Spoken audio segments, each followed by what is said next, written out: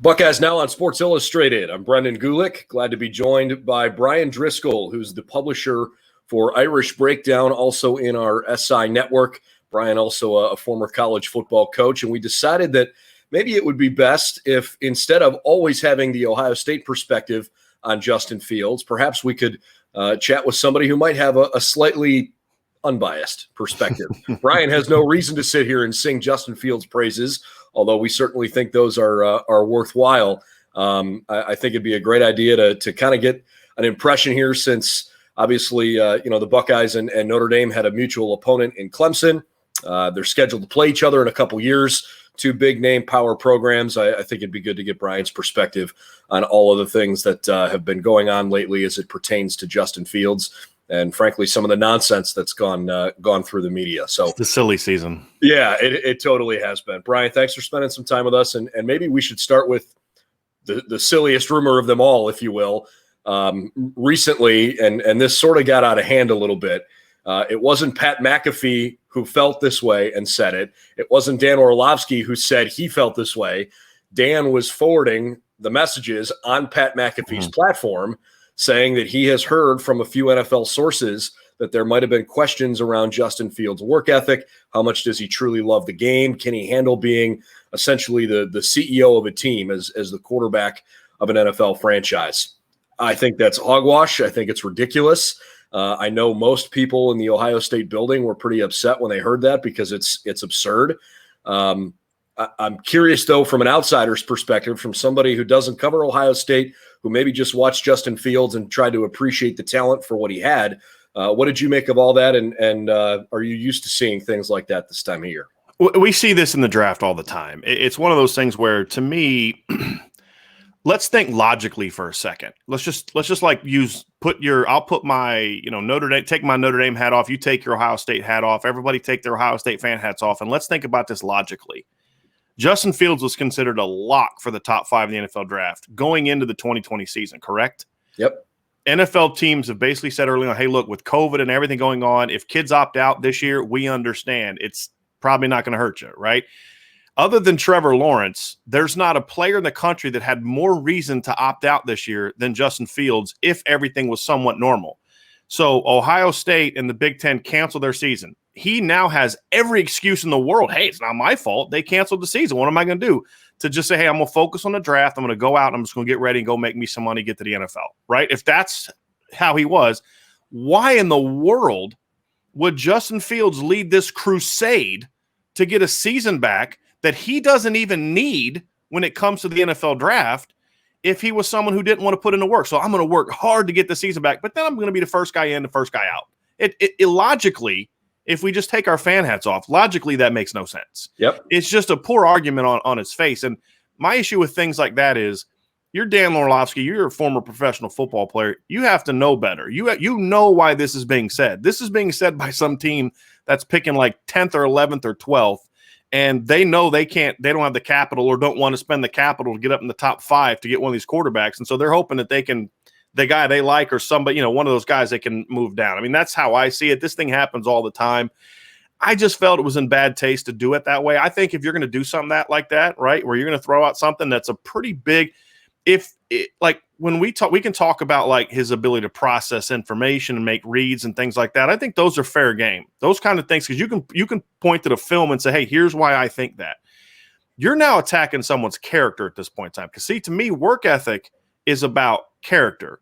My lack of desire to be great or my desire to be great is about my football character, but also about my personal character. That's how I feel. When someone questions my work ethic, that's not a business response. That's a personal response. And if you're going to do that, you better balance it with the other side of the coin. If somebody tells me something about Brian Kelly that's negative, I'm going to go to try to find more information. You don't just run with something like that and then just like leave it like that. Like, that's just what I heard. I think that's irresponsible. And so I did some digging. I reached out to some of my sources in the Ohio State program, and I said, hey, off the record, will you tell me this? And they said to me, the response was, forget off the record. You could put my name on it. I'm not going to, but you could put my name on it. This kid is a tremendously hard worker. There's nobody on our team that works harder than Justin Fields. And the person that I spoke with about this, Brendan, has always been very honest with me about positives and negatives of different things at his times at other schools and at Ohio State. So, because the way I asked him the question, I said, hey, look, should I push back on this or should I let it go? And obviously let it go means, yeah, you don't want to get into this because that is an issue.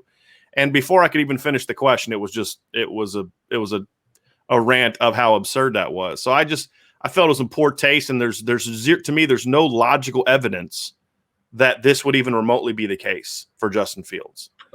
You took the words out of my mouth with the whole attacking the character thing. I mean, look, I realize that at times it's a dirty game and everybody's competing and you're trying to do everything you can to get the guys on your team that you want this time of year. It's not a philosophy that I like, certainly not one I subscribe to, but I guess I at least I can comprehend why that was done. But I too feel it's totally out of bounds to attack somebody like that. Stick to football. Right? If you want to tear him down to have him fall, stick to football. Yeah. And he's got a slow release. He throws late. He doesn't read as quick. I mean, there's legitimate things we could say about Justin Fields. Like we could say about any quarterback that hasn't played a snap in the NFL and say, hey, there's some things about his game that I don't like. Here's why I like Mac Jones better or Trey Lance better or Zach Wilson better. Keep it about football. But once you start getting into this thing, we've now gone off the rails into something different. And that's not, to me, that's not part of that's not what the silly season should be about. The silly season should be about, I don't know if this guy can play, when in reality, you're like, I pray to God that he falls to us at number 13 or whatever. Yeah. Well, let's pivot here for a moment with the expectation that the majority of NFL teams don't feel the way that report says that some do. Let's anticipate that because there were 75 scouts at Ohio State's Pro Day and 31 of the 32 teams were represented, I'm sure they were there to watch everybody. That's obvious, right? But any team in the NFL that doesn't have a tier 1 quarterback has to do their homework on the quarterbacks that are coming into the draft. So let's assume for a moment that most teams that don't have themselves locked in at quarterback don't believe what those sources were putting out there and that it was nonsense. The San Francisco 49ers had the biggest trade so far of draft season, if you will, or pre-draft season. They moved up to 3, and certainly San Francisco has been, in the heart of the conversation for taking a quarterback, which is kind of funny to think about considering a couple of years ago they trade for Jimmy Garoppolo, and everybody thinks that they're going to be set for a little while after he comes over from New England. Just hasn't quite gone the way they anticipated there. It doesn't mean that Garoppolo can't be the guy, but there are some indications that San Francisco is going to take a quarterback, and somewhat surprisingly, the 49ers, both in terms of their general manager and head coach, John Lynch, Kyle Shanahan, they went down to Mac Jones's pro day instead of Justin Fields. Look, they can go see Justin Fields throw another time if they want. I don't think fans should read too much into that. But I think that's a system in San Francisco. If they are willing to draft a quarterback and they are willing to keep a rookie on a team with Jimmy Garoppolo, that could be a pretty darn good fit for Fields, don't you think? I think it's the ideal fit for Justin Fields. Now, first of all, as far as which pro day they went to, let's not forget that this is Mike Shanahan's son. Mike Shanahan, when he identified Jay Cutler as the guy he liked, told his scouts and everybody, we don't go see him. We're not going to talk about him. He's not on our radar. No one's going to have any idea that we like Jay Cutler because he didn't want to take any chance of someone trading in front of him to take Jay Cutler. So that's the premise, right? That's whose dad that is. And we all know that Kyle Shanahan has taken a lot from his dad, as he should, with 2 Super Bowl rings as head coach and another was his offensive coordinator, probably someone you should listen to. Sure. So I don't put too much stock into that stuff. I mean, the quarterback deal is going to be about the film, right? To me, for quarterbacks, if you're going to a quarterback's pro day, it's you want to see him face to face. You want to see how he acts. You're not going to see if he can throw because you're not learning anything about a guy, what he's going to do for your football team when there's no defense, there's no reads, there's none of that stuff, right? That stuff is for different reasons other than evaluating a player. You're not looking at a quarterback in the top 5 thinking, gee, I wonder if he can make this throw or that throw because you're not looking at him in the top 5. So I think a lot of that stuff is for show. I wouldn't put too much into that. But as far as the fit, there's a lot said about Justin Fields and his game. And I think we have to remember that even though he's a true junior, he's really only a sophomore when it comes to being in the Ohio State offense, right? He spent his first year at Georgia, and he didn't play a ton that year. It was all mop-up duty. I mean, the most memorable play he had that year was being on a punt team and punt safe in the SEC championship game. So I think we have to remember that whole processing information thing is part of a guy that's only been in the system for 2 years and just went through the weirdest offseason in the history of college football in regards to how often he can be working with teammates. Can he be around teammates? We were in quarantine and lockdown and forever when guys weren't much needed time for a second-year quarterback to develop. So when I look at a guy and I project him to San Francisco, I see a team that still likes to do a lot of bootlegs, a team that still likes to move the pocket, a team that still requires its quarterback to throw the ball downfield. You have George Kittle, you have Brandon Ayuk from last year.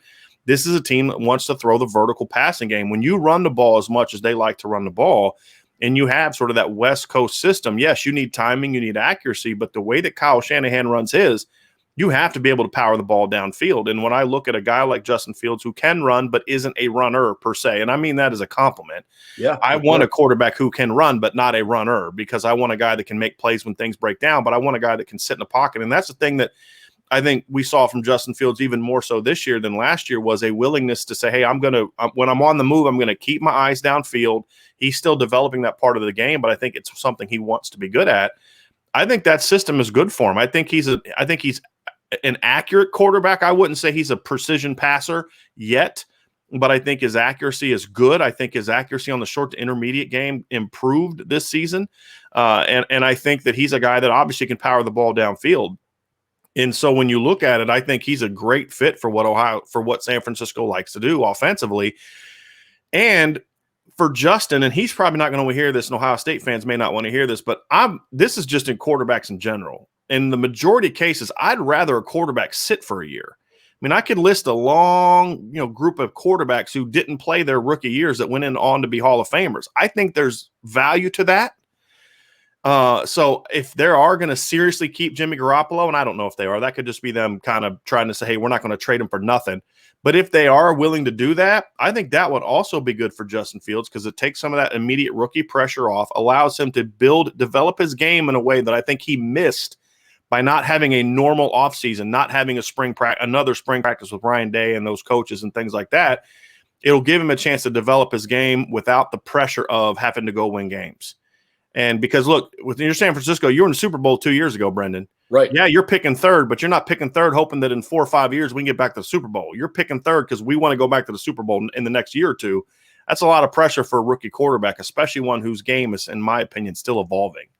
It's an interesting thing to have a team like San Francisco picking that high in the draft. Similarly, prior to that trade, obviously the Dolphins were a borderline playoff team this year, right? Mm-hmm. And for them to have previously acquired the third pick in the draft, it's a strange place. You're used to teams in this part of the draft rebuilding, but every once in a while you'll get a team that strikes gold, if you will, and they are peaking or have a lot of the right pieces, and they get lucky, and they also have a high draft pick, or perhaps they've traded up for one like San Francisco. I agree with you. I think the NFC West is an absolute grind, and San Francisco is not that far away from being back where they were a couple seasons ago. Is Justin Fields the guy to bring them over that hump? I don't know if you can really pin that all on a rookie quarterback, but I agree with you that scheme, his talent, the way his game is evolving. Yeah, I guess a different way that I would say a similar thing, doesn't have a lot of mileage, right? I mean, he played a full season and what equated to 2/3 of a season for the Buckeyes because they ended up playing into January. He obviously took some big hits, but he hasn't taken a lot of hits. Most games, Fields hasn't been under any kind of extreme duress. So I think you're getting a guy whose body is going to hold up well, whose work ethic and drive are there, no matter what kind of, stupid rumors and things are flying around. I'd put Justin's deep ball against Trevor Lawrence or any other quarterback in the country. I think you saw it again at his pro day. I mean, he can drive the ball downfield and put it on the money.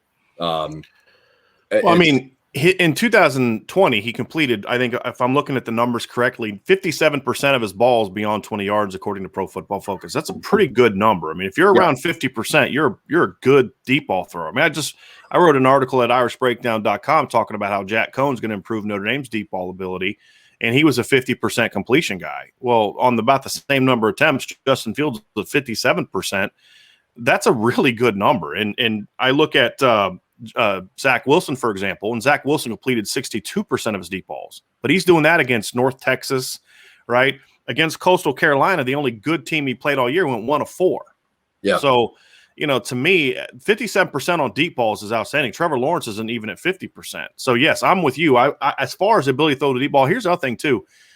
I think there are times that Justin Fields can struggle to process reads, but he also plays in a more complex pass game, which is something that will help him go to the NFL. Clemson's offense, for example, is a pure college offense, in my opinion. It is a pure college spread offense. There's a lot of NFL stuff in what Ohio State does. And that's obviously with Ryan Day's background. So I think that's going to be something that has caused Justin to maybe not pick up processing as quickly as maybe other pure spread quarterbacks or air raid quarterbacks. But it's something that's going to help him as he gets to the next level. And I think the other thing about San Francisco, too, Brennan, is that's a team he's not going to be their best player or be asked to be their best player. That is the one positive. If they're going to play him right away, you've got George Kittle. You've got Trent Williams at left tackle. Hopefully Mike McGlinchey can have a bounce-back year at right tackle and not be as bad as he was last year. You've got Deebo Samuel. You just drafted a first-round wide receiver last year, traded into the first round to get Brandon Ayuk from Arizona State, who had a really good rookie year. So that is the one positive about that being a landing spot. If they are dead set on eventually handing the keys over to Justin Fields, is it's a system you're going to have some familiarity with. And number two, it's a system where you're not going to necessarily have to carry the load because they do want to run the football more. And because you have some really talented players around them. So, yeah, I think that would be a great landing spot. You get past San Francisco, and now you're being drafted by teams that aren't good. And that's never an ideal situation, in my opinion. Let's pivot here before we wrap up to maybe just an overall quarterback look in this draft class. I don't think you're really going to get any argument from anybody at this point that Trevor Lawrence is extremely likely going to be the number one pick in the draft. Whether or not he's the best quarterback in the draft long-term, that's we'll find out. Right? You'll know in a few years. There were people that thought Ryan Leaf should have been drafted over Peyton Manning. So you just never know nowadays. Right. But, man, it sure seems like Trevor Lawrence is probably going to be a Jacksonville Jaguar. Mm-hmm. So take him out of the conversation here for a moment. Zach Wilson, Trey Lance, Mac Jones, Justin Fields. And let's throw your guy in there in Ian Book. I don't think can we not? I don't think we're talking about guys that can start in the NFL, right? So let's stick to guys that can actually start in the NFL.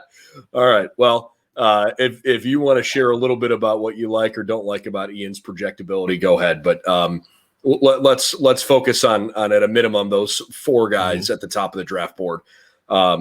And tell me why you think Justin Fields fits in a certain spot, how you might rank those guys, who you'd put where, and does level of competition matter to you?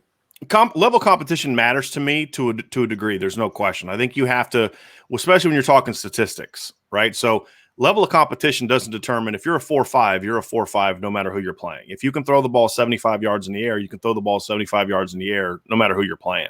Sure. But I think we have to look at it when we're comparing numbers, right? So when I talk about how Zach Wilson completed 62% of his deep balls, you have to understand who that was against, right? When you're looking at Justin Fields completing 57% and you're trying to compare those two players, okay, one guy did it against Northwestern, who's got a great defense, Clemson, Alabama. The other guy did it against Navy, Troy, Louisiana Tech, Texas, San Antonio, Houston, Texas State, Western Kentucky, Boise State, North Alabama, Coastal Carolina, San Diego State, and UCF. That was the entire BYU schedule this year. And, the thing that I look at it is I like the whole body of work. I think what tends to happen with when people make misses on quarterback is they only look at the most recent season. We saw that with Mitch Trubisky. I remember when he was coming out and everybody's falling in love. I said, this guy's played 1 year. Opposing teams haven't had a chance to find his weaknesses yet, we're not looking at other things. He got beat out by Marquise Williams, for Pete's sake. And then, let's pass on Pat Mahomes and Deshaun Watson and take Mitch Trubisky. That's a great plan, right? And I think that's why NFL teams miss so often in with quarterbacks, is because they get so obsessed with either the numbers or fall in love with some guy that can run to his left and throw across his field to his right. Well, how often does an NFL quarterback make that throw? Like 4 times a year? Give me the guy that can do the normal plays every single snap. And when I watch Zach Wilson's film, I see a guy with a great arm and a great athlete, but I see a guy that was throwing to much bigger open windows than what other quarterbacks are going to do. I don't see the same level of accuracy. I see a guy that misses a lot more, where I'm like, if he's playing Clemson, that's an incomplete pass. And I think that has to be taken into consideration. And that's also something you have to look at when you're evaluating Trey Lance. To me, the number 2 battle for me personally, Brendan, is between Lance and Fields. That's where my battle is. I love Justin Fields' production. I think Justin Fields has the better NFL body of all the quarterbacks we're talking about, including Trevor Lawrence. To me, Justin Fields has the best NFL body, meaning that thickness, that girth, where you're going to take now a 17-game pounding. Can you hold up to that? And that, to me, is, we've seen Justin take some big hits, get injured, and still battle in some big moments. So I think he's got the best NFL body. His arm takes a back seat to no one. To me, it's just about his game still evolving. So you have to look at it and say, are you willing to take a year or two to let that part of his game develop? But that's true of all the other quarterbacks not named Trevor Lawrence or Mac Jones.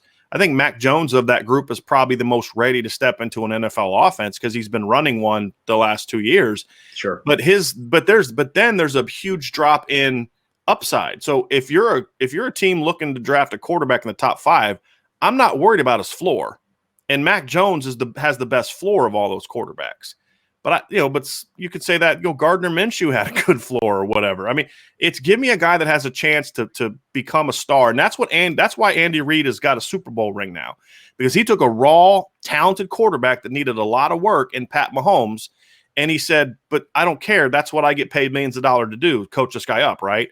Yep. Give me that elite tools," and he moved up to get them, even though he already had a quarterback. And look what happened, right? And Pat Mahomes didn't play right away, did he?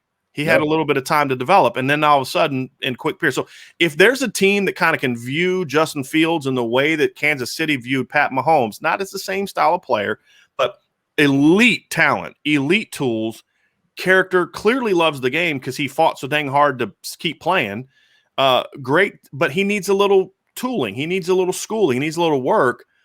And you can be patient with him, then I think that's you're going to see a lot more teams kind of look at Justin Fields, in my view, as that number 2 guy. Same with Trey Lance. Zach Wilson, to me, I'm just not as high on him. I watched him play in 2019, and I remember the guy that threw 11 touchdowns and 9 picks as a sophomore in the same year that Justin Fields threw 41 touchdowns and 3 picks against Power 5 teams. So, to me, that's kind of where it is for me. It's that Lance Fields thing.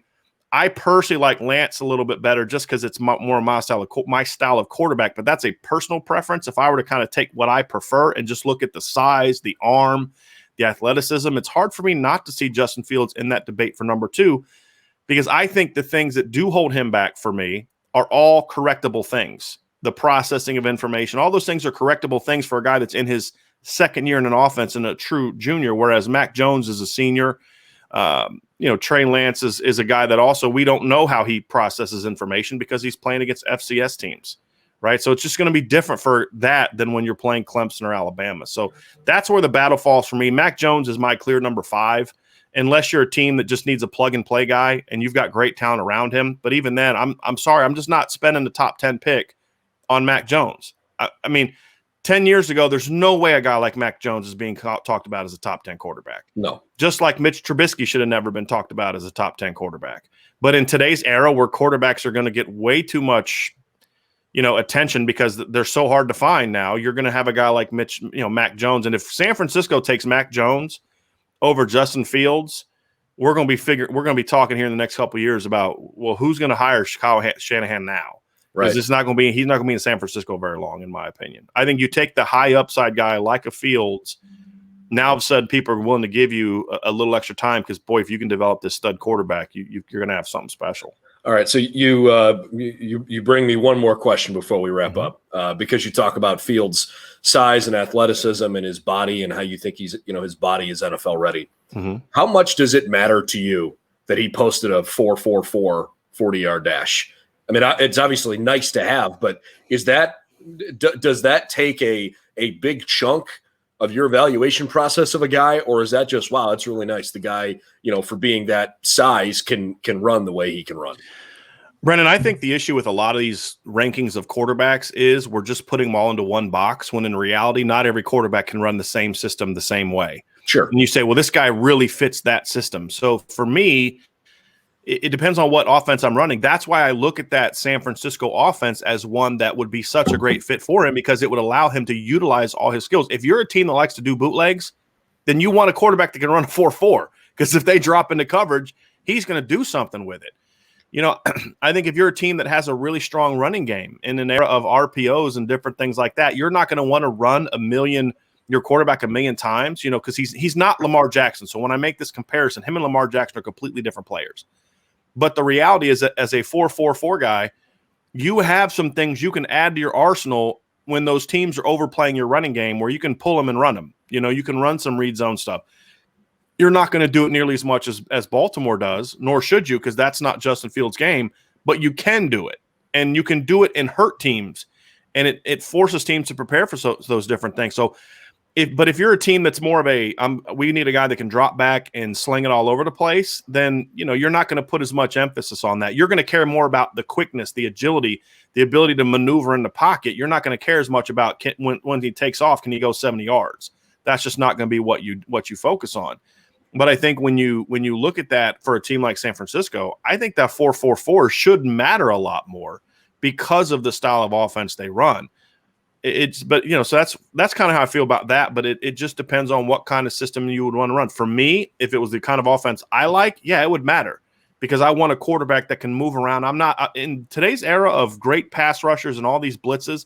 You don't want to have a quarterback where every snap they know he's going to line up about 7 yards, 8 yards behind that center. You need a guy that can move, can throw in the run, that's what I think the Chiefs do a great job of that with Pat Mahomes, of getting him. You're constantly moving the pocket left, right, getting him on the run, doing all those types of things.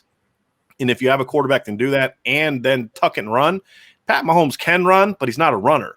Justin Fields is a far more dynamic athlete than Pat Mahomes. So, yeah, I mean, there's an opportunity in the right system to where, you know, he could run for 400 or 500 yards. I compare him like a John Elway kind of guy, you know, great athlete. You don't necessarily want him running all the time, but he can use that athleticism to buy time. And then do you have a powerful enough arm when you've bought that time to get the ball over top of the offense or defense? Well, yeah, Justin Fields has that too. So to me, that's why I view him as from a tool standpoint, as the physical tools as a complete player. If you have a coach that can get that other part of him to that next level, then you've got yourself a special quarterback. Well, certainly Ryan Day has spoken on a number of occasions, echoing a lot of those same thoughts and saying that he thinks Justin Fields is going to have a long, successful NFL career. This has been a great conversation. Appreciate your thoughts and insight. For anybody that's watching, even if you're an Ohio State fan, if you're interested in checking up on all the latest with Notre Dame, a lot of times these two teams overlap and battle for recruits. Obviously, Notre Dame is trying to achieve at the same level consistently that the Buckeyes have done. And the last couple of years, they've been able to get to the college football playoff. Some people might think gone well once they got there, but they're trying. They are certainly trying to get there and get back where the Buckeyes have been the last couple of years for sure. So hey man, college football is better when Ohio State and Notre Dame are both among the best teams in the country. Yeah. People love to complain about that, but I think the fact of the matter is they're two huge brands in the game, and we're gonna enjoy seeing them play each other here in a couple of years when the schedule aligns for that. So Bryan Driskell from Irish Breakdown, irishbreakdown.com. You can find him on YouTube as well. Thanks for joining us, Bryan. Appreciate your time, buddy. Thanks for having me on. All right.